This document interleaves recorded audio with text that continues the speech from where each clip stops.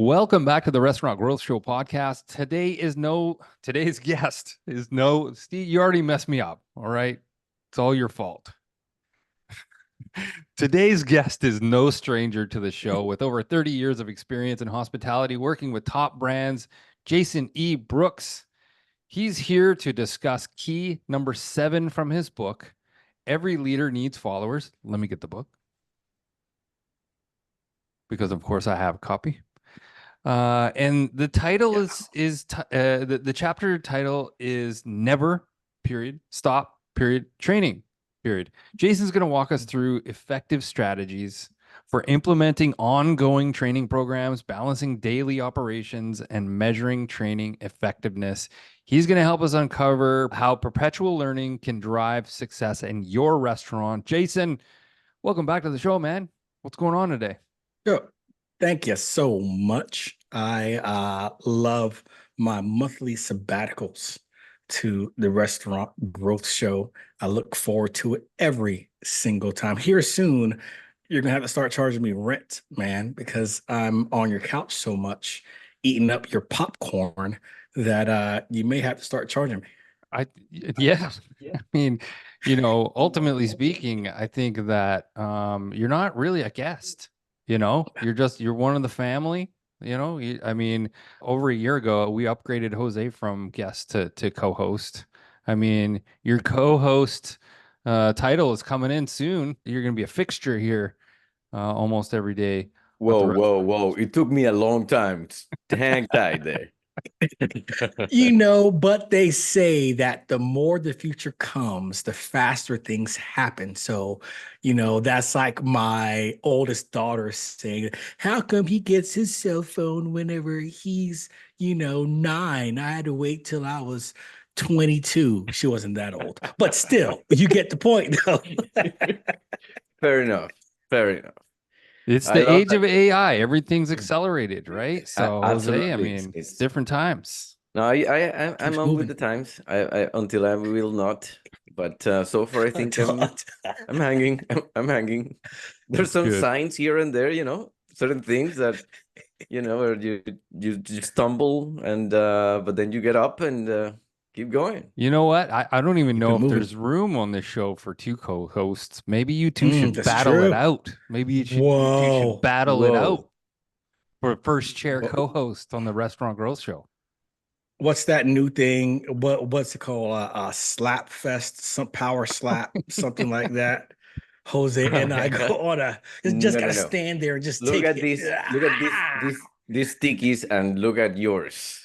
That's right. I don't think we're gonna these little things, these old things. What are you talking about?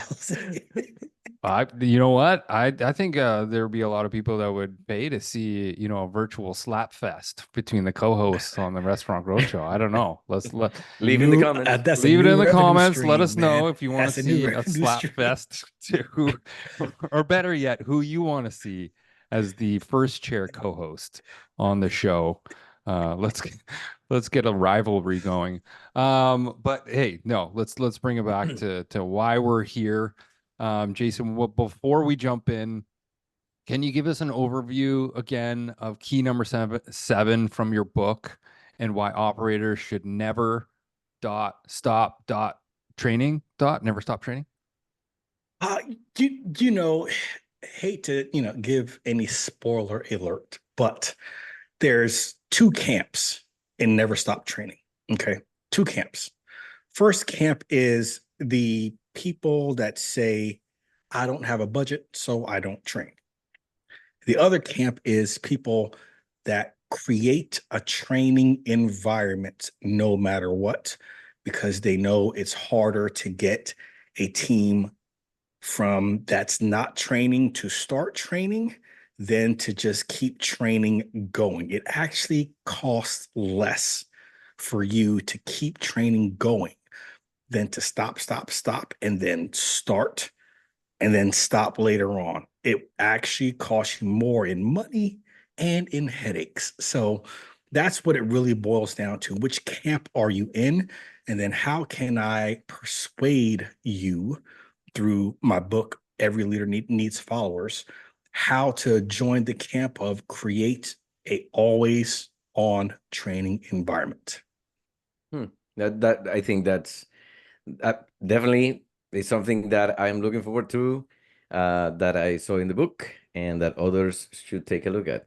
But here's the thing: why is it continuous training critical in the restaurant industry, and how have you seen it impact staff performance over time?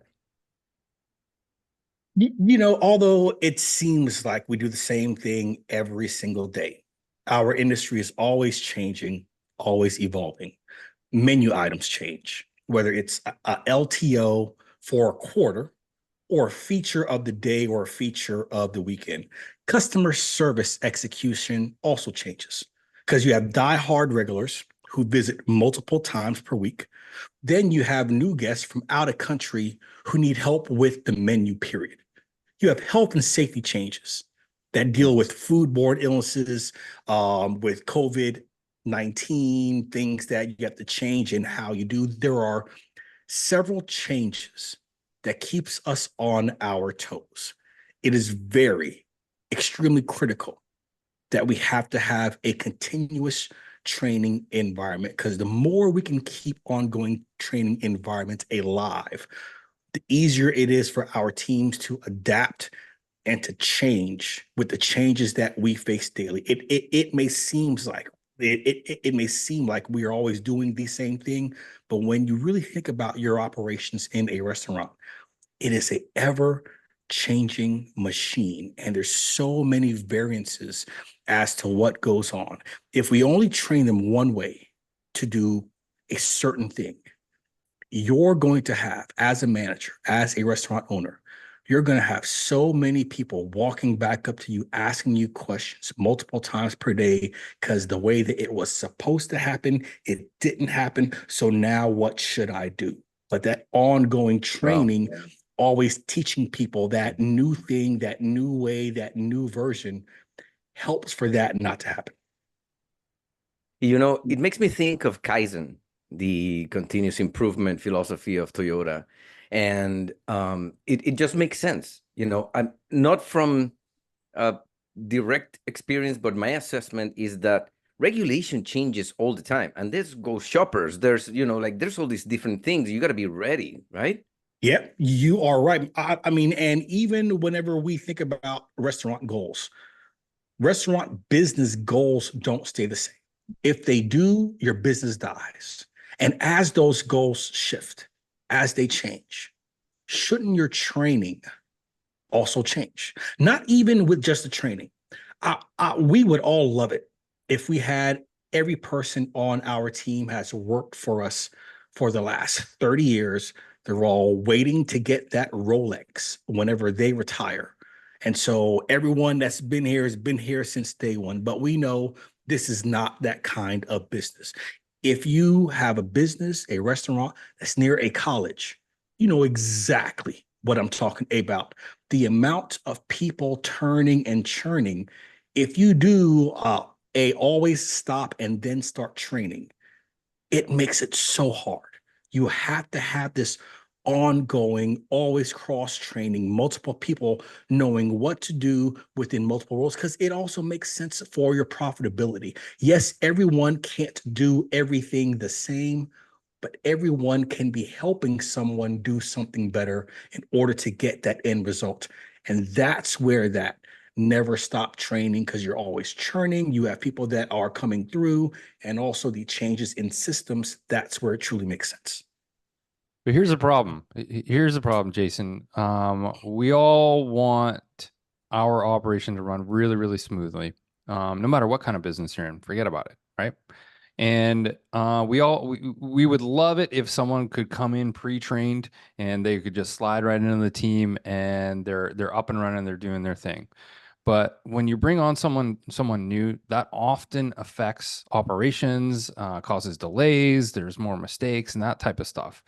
How can restaurants get around that? How can they implement ongoing training programs without disrupting the daily operation of their restaurant? Well, let's be honest. It has to come from the top down, no matter what we put on paper, especially if you're a more than one unit owner. or more than one unit manager. This has to come from the top down. And what I mean by that is, how many times is one of the first three things that we're saying when we walk into a restaurant that it deals with training. Typically, let's be honest here, the first three things that we're saying after pleasantries is sales, labor, food cost. And I think we give that communication enough times throughout the day already. So what people are really doing is thinking about sales, labor, and food costs, meaning cut, cut, and cut.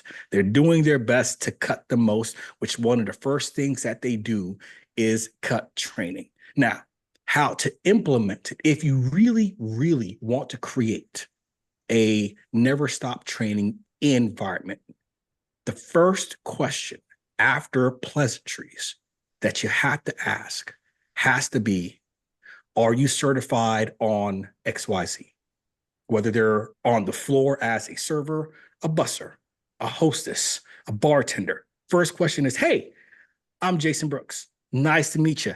I haven't seen you here. Quick question. Are you certified? Okay. Who certified you? Now, how is your training going? If those are the first three questions that you're asking, are you certified on doing your role? Who certified you? Because it's not going to be Apple that certifies you, nor Android, nor XYZ POS system. It's a person. And then how is your training going? If we can always lead in with that, it does a few things within that environment. It makes the team member understand training is important.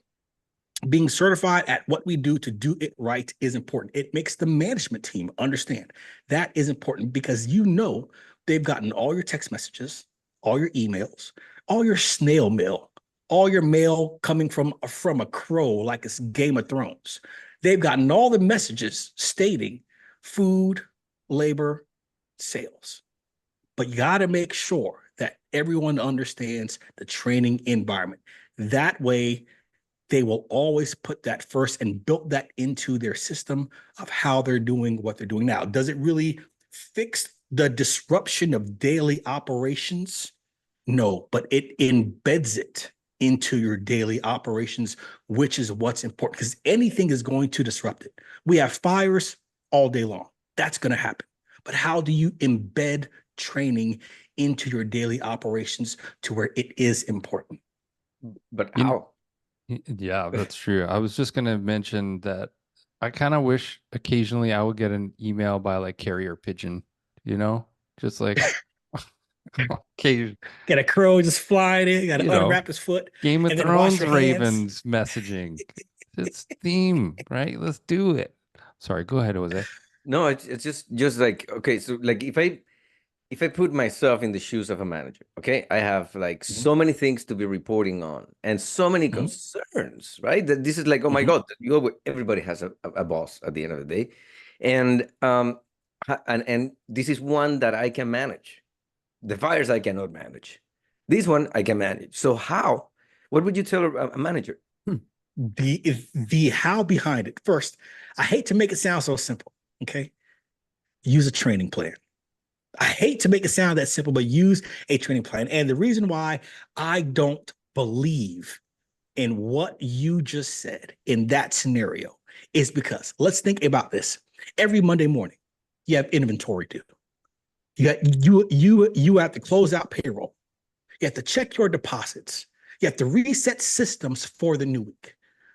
All of those things have nothing to do with sales, labor, or food costs. To be honest, nothing really moves that needle. One may give you the gauge on it, but it doesn't really move it. So when a manager says, I can't focus on training because that's not what's important.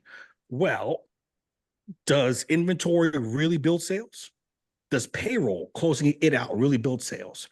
Checking your deposits does no, but you put it on your schedule and you plan for it every single week. And because you do that, you make sure it gets done. So we can argue that doing inventory doesn't build sales, closing payroll doesn't seat tables faster.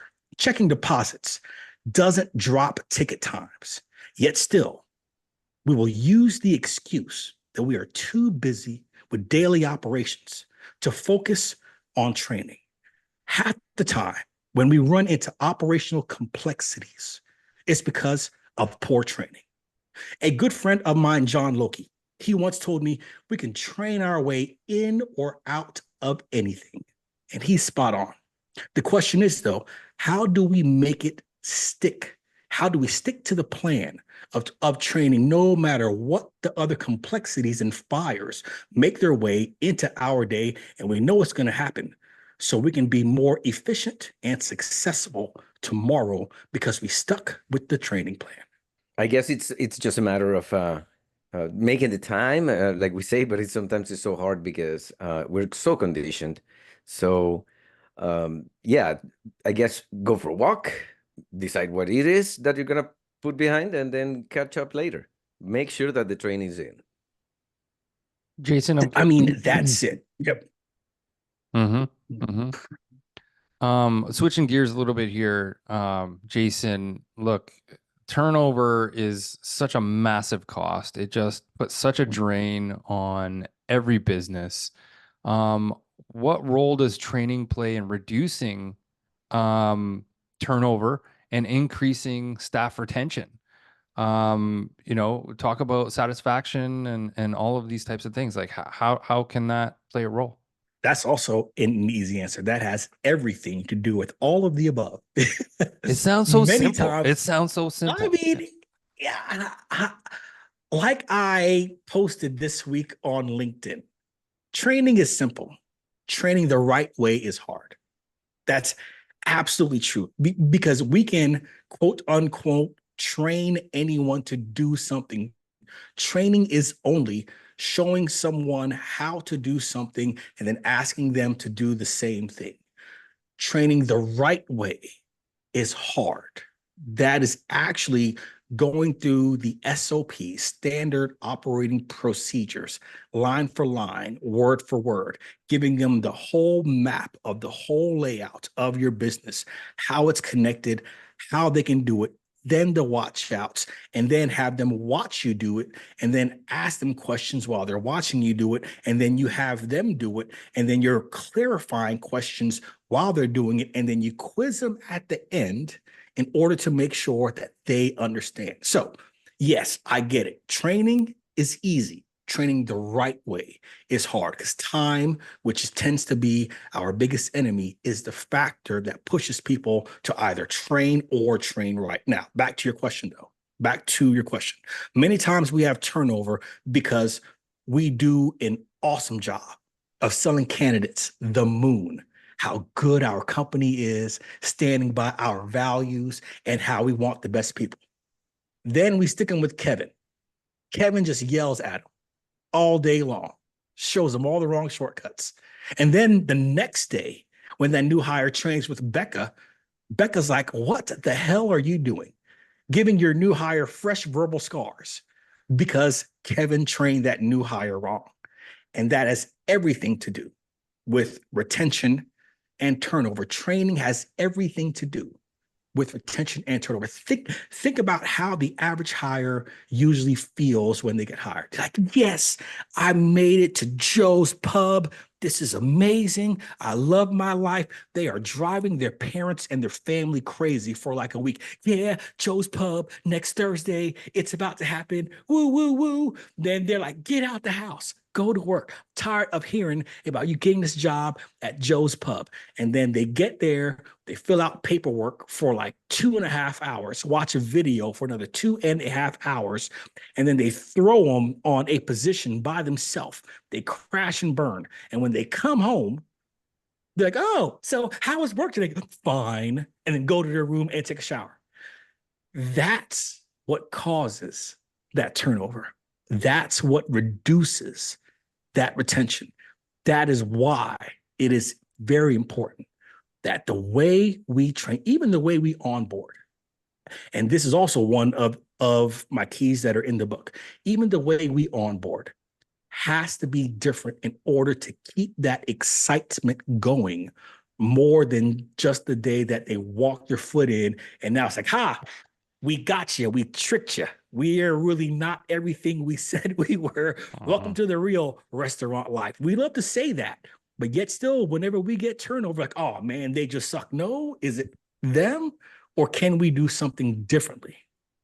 You know, you're giving me flashes of what it must be like to work in a kitchen with, say, like a Gordon Ramsay. We've all seen the kitchen nightmares and how he's screaming at his staff and all that kind of stuff. And I mean, you know, there's definitely an element of that in real life that he was like that. I've definitely read stories about that, but that is still pretty prevalent in the average restaurant where that type of culture is sort of accepted. I mean, that's a whole other podcast, believe me. We can go down that path, but you know, those fresh verbal scars, as you put it, of course that's going to deter someone who's new, who's learning. You know, some people thrive under that type of pressure, but a lot of people don't. And I think that that really needs to be, you know, identified. Yeah, yeah, it's a big challenge, and the more we can understand how, and before we move on, just one more thing. Mm. When we think about how we got here, and it's been like that longer than the last 4 years, but a lot of times why this happens, why we don't put the extra effort into the right training is because the effort takes energy. In the past 4 years, especially since the big C happened, that a lot of people are skeptical on trust.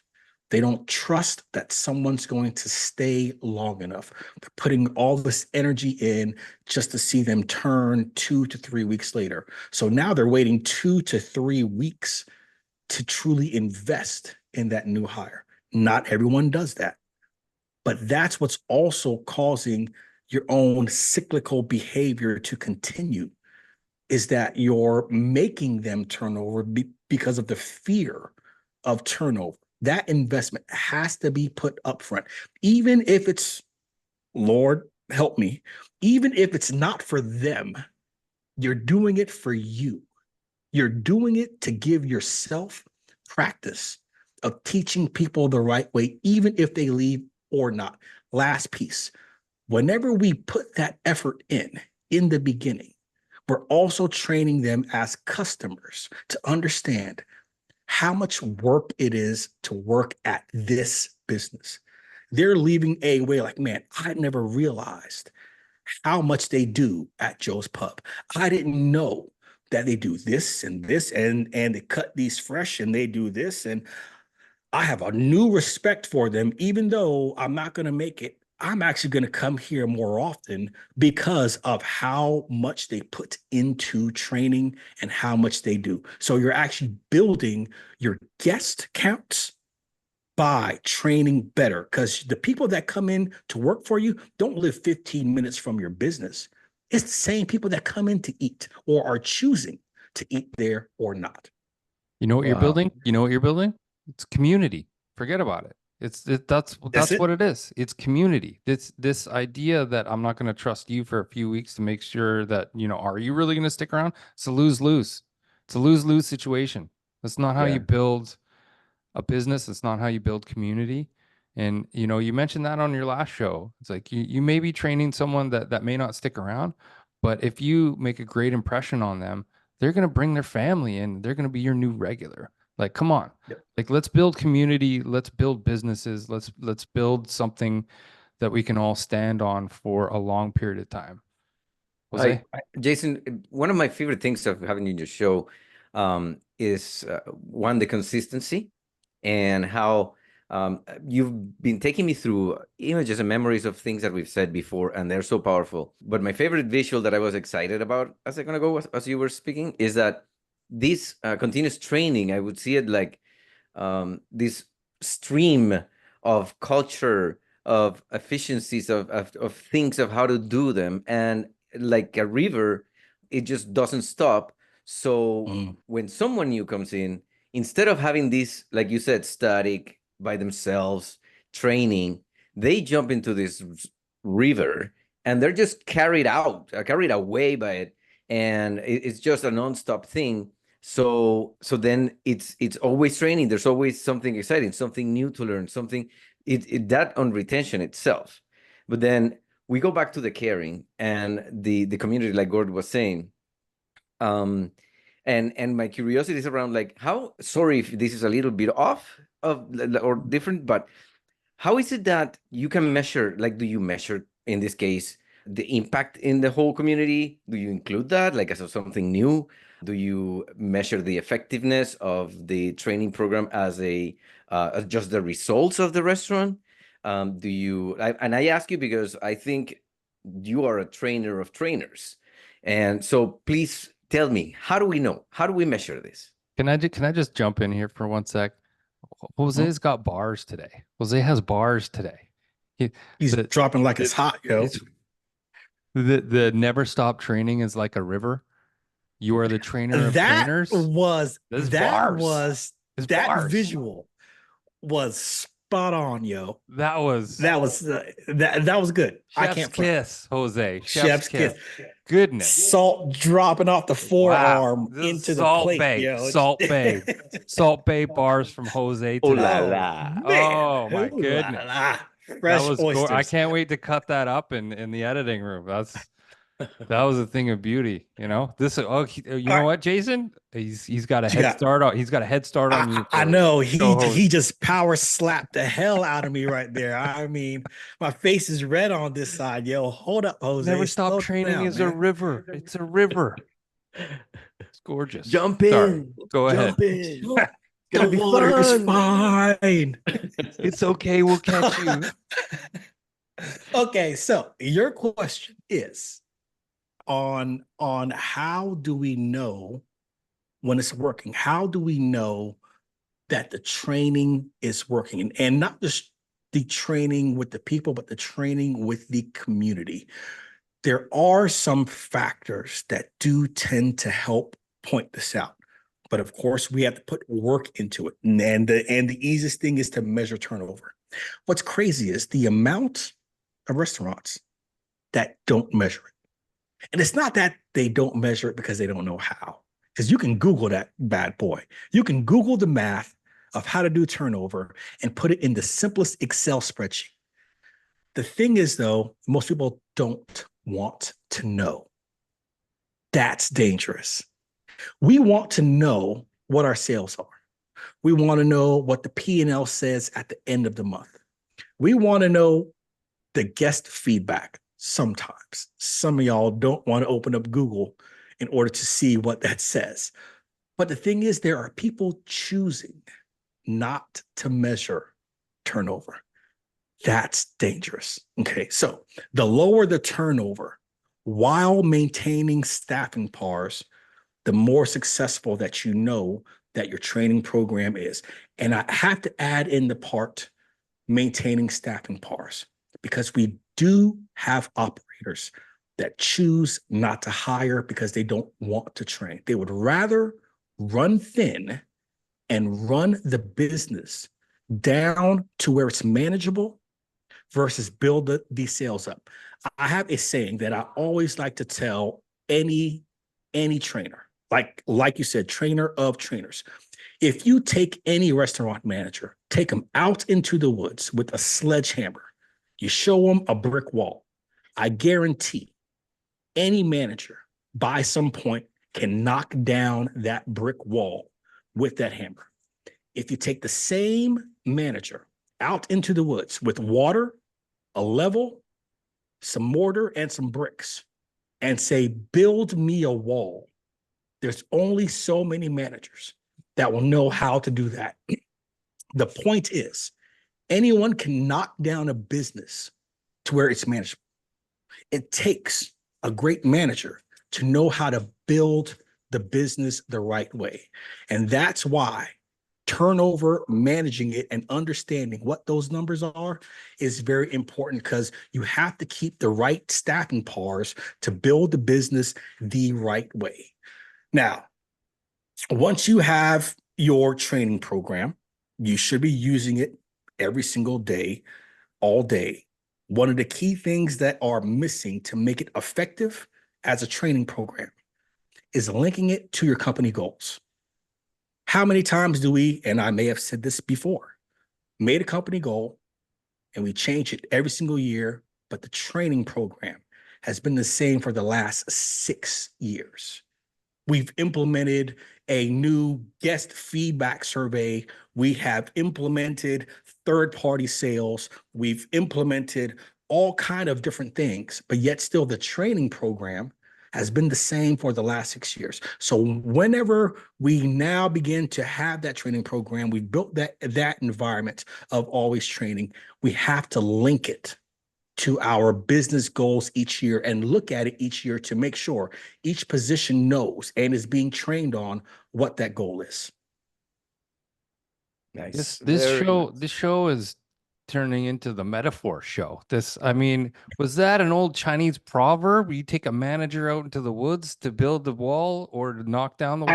I actually had to get the water from the river that Jose built. So I figured we might as well link that up right there. Oh my Nice. God. Oh, well played, sir. Very well. Look, we're running a little bit short on time here, Jason. I got one more question for you. Okay. What are some of the, and this is just not any way to move on from this conversation, but are there some common training mistakes? Like, let's not even talk about common training mistakes. Let's talk about mistakes that managers are making. What are they and how can they be avoided? Well, let's take it back to the beginning. First, create a culture of training that's 24/7. That's the number one mistake to be avoided. Don't have it as a stop, start, stop training.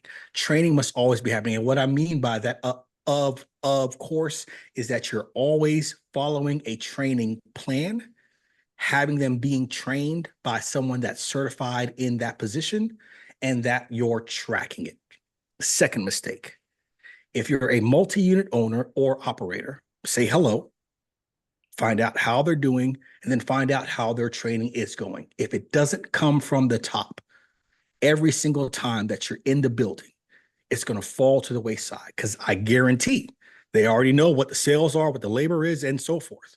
But where is each individual with their training plan and cross-training in that restaurant? Third mistake, schedule training and complete it. Yes, it is one of those things that we don't get an instant ROI from that day, but I guarantee you, you will get the ROI the next day. Then if you want to make it important, track it. Turnover and staffing pars both. Build turnover into your bonus program if you have one. Let it be a lever of a 10% multiplier, meaning if your bonus is a $250 bonus, if your turnover is too high, maybe they lose 10%. If their turnover is spot on, maybe they get a 10% bonus on top of that bonus. But find some way to put it in the pocket, because when we put it as a goal in the pocket, people begin then to track it and make sure that it is important. And then last but not least, link your training to your business goals. Whatever your 3 business goals are, 4, 5, it doesn't matter. Every position within your restaurant has to know what those business goals are and what is it that that position does to help reach that goal for the day, for the week, for the month, and the 3 things that they can do during their shift to help make that happen, the lead indicators to help make that happen, because we don't mistakenly trip into success. We have to be intentional with everyone doing their part and getting trained on their part to help reach that success. My goodness, it's just the gems that are coming out on this show are just incredible. And I'm going to end this episode with a bar of my own, or a bar I have borrowed. Never stop, never stopping. Andy Samberg. Never stop training. Never stop training. That's all the time we have for this episode today. Jason, now's the time to plug away. Where can people connect with you? What's your platform of choice?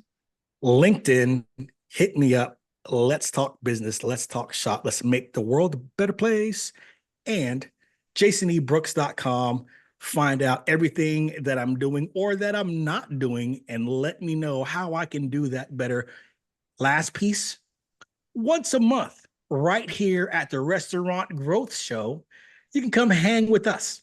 100%. This guy, okay, well, Jose, I think it's now you're all even. You guys are even now because now he's promoting the show as he should as a good co-host.